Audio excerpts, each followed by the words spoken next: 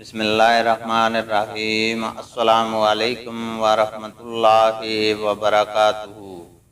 حدیث نبوی صلی اللہ علیہ وسلم ہے، ہم سے محمد بن مسنہ نے بیان کیا، کہا کہ ہم سے عبدالوہاب ثقفی نے بیان کیا، دوسری سند، اور مجھ سے خلیفہ بن خیاط نے بیان کیا، ہم سے عبدالوہاب ثقفی نے بیان کیا، کہا کہ ہم سے حبیب معلم نے بیان کیا، ان سے عطا بن ابی رباح نے، اور ان سے جابر بن عبداللہ رضی اللہ تعالی عنہما نے کہ نبی کریم صلی اللہ علیہ وسلم اور آپ کے اصحاب نے حج کا احرام باندھا۔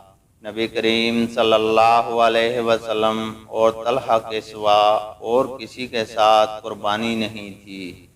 علی رضی اللہ تعالی عنہ یمن سے آئے تھے اور ان کے ساتھ بھی قربانی تھی، اس لیے نبی کریم صلی اللہ علیہ وسلم نے حکم دیا کہ سب لوگ اپنے حج کے احرام کو عمرہ کا کر لیں، پھر طواف اور سعی کے بعد بال ترشوا لیں اور احرام کھول ڈالیں، لیکن وہ لوگ اس حکم سے مستثنیٰ ہیں جن کے ساتھ قربانی ہو۔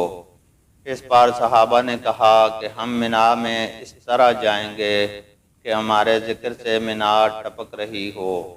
یہ بات جب رسول اللہ صلی اللہ علیہ وسلم کو معلوم ہوئی تو آپ صلی اللہ علیہ وسلم نے فرمایا، اگر مجھے پہلے معلوم ہوتا تو میں قربانی کا جانور ساتھ نہ لاتا، اور جب قربانی کا جانور ساتھ نہ ہوتا تو میں بھی عمرہ اور حج کے درمیان احرام کھول ڈالتا۔ اور عائشہ رضی اللہ تعالی عنہما اس حج میں حائضہ ہو گئی تھیں، اس لیے انہوں نے بیت اللہ کے طواف کے سوا اور دوسرے ارکان حج ادا کیے، پھر پاک ہو لیں تو طواف بھی کیا۔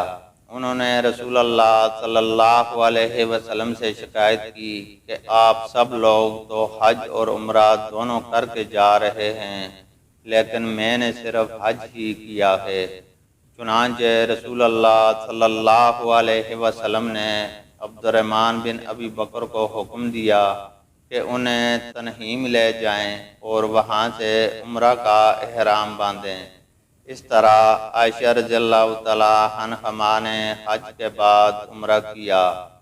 اللہ تعالیٰ سے دعا ہے کہ وہ ہمیں قرآن اور حدیث کو سننے، سمجھنے اور اس پر عمل کرنے کی توفیق عطا فرمائے، آمین۔